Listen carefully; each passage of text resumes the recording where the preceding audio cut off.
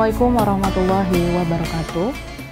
Hampir sepanjang tahun 2020 ini, dunia sedang mengalami musibah dengan adanya wabah virus COVID-19. Sebagai muslim, kita meyakini bisa jadi musibah yang diberikan oleh Allah ini adalah bentuk kasih sayang Allah untuk menegur manusia yang mungkin sudah terlampau banyak lalai. Lalai terhadap bumi, lalai terhadap sesama manusia, lalai terhadap Allah. Dalam kisah-kisah orang-orang soleh yang terdahulu, kita bisa mengambil banyak kisah-kisah yang bisa kita ambil hikmahnya.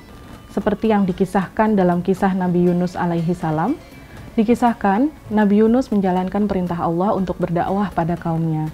Namun kaumnya selalu menolak dan menentang ajaran Nabi Yunus. Hingga suatu ketika ia sangat marah kepada kaumnya dan memutuskan untuk meninggalkan mereka. Padahal saat itu Allah belum memerintahkan Nabi Yunus untuk menyelesaikan dakwahnya di negeri tersebut. Maka teguran dari Allah pun diberikan kepada Nabi Yunus. Bertubi-tubi musibah ia harus hadapi. Dari mulai terombang-ambing di atas kapal yang diterpa badai, kemudian dilempar ke lautan, hingga akhirnya Nabi Yunus berakhir ditelan oleh ikan yang konon sangat besar.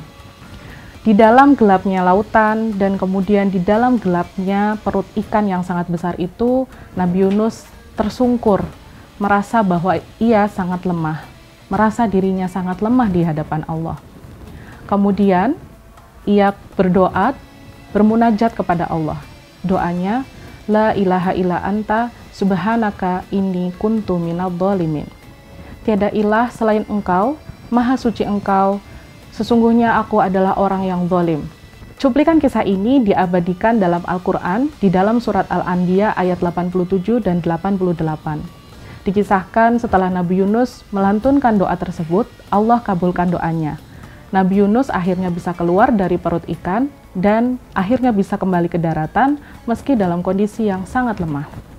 Dan ketika ia kemudian memutuskan untuk kembali ke kaumnya, ternyata ia disambut oleh kaumnya yang rupanya sudah menanti-nanti kedatangan Nabi Yunus. Kaumnya ternyata sepeninggal Nabi Yunus mendapatkan hidayah dari Allah. Rupanya mereka telah beriman, Masya Allah.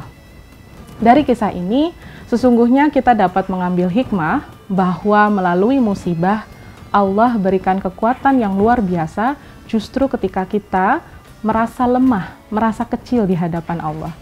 Kisah ini juga mengingatkan kita kembali bahwa ketika kita berdoa kepada Allah, ada 3 unsur yang semestinya ada di dalamnya. Yang pertama adalah kita mengesahkan Allah. Hanya Allah lah tempat kita bergantung. Yang kedua, kita menyucikan Allah.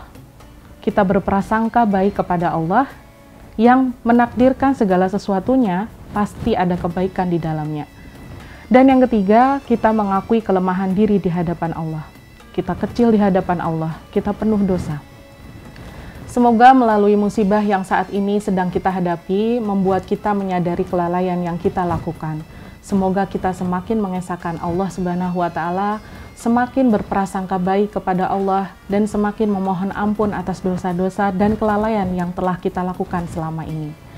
Mari kita amalkan zikir doa Nabi Yunus ini di dalam zikir kita selepas sholat fardu, selepas sholat sunnah, maupun kapanpun ketika kita mengingat Allah.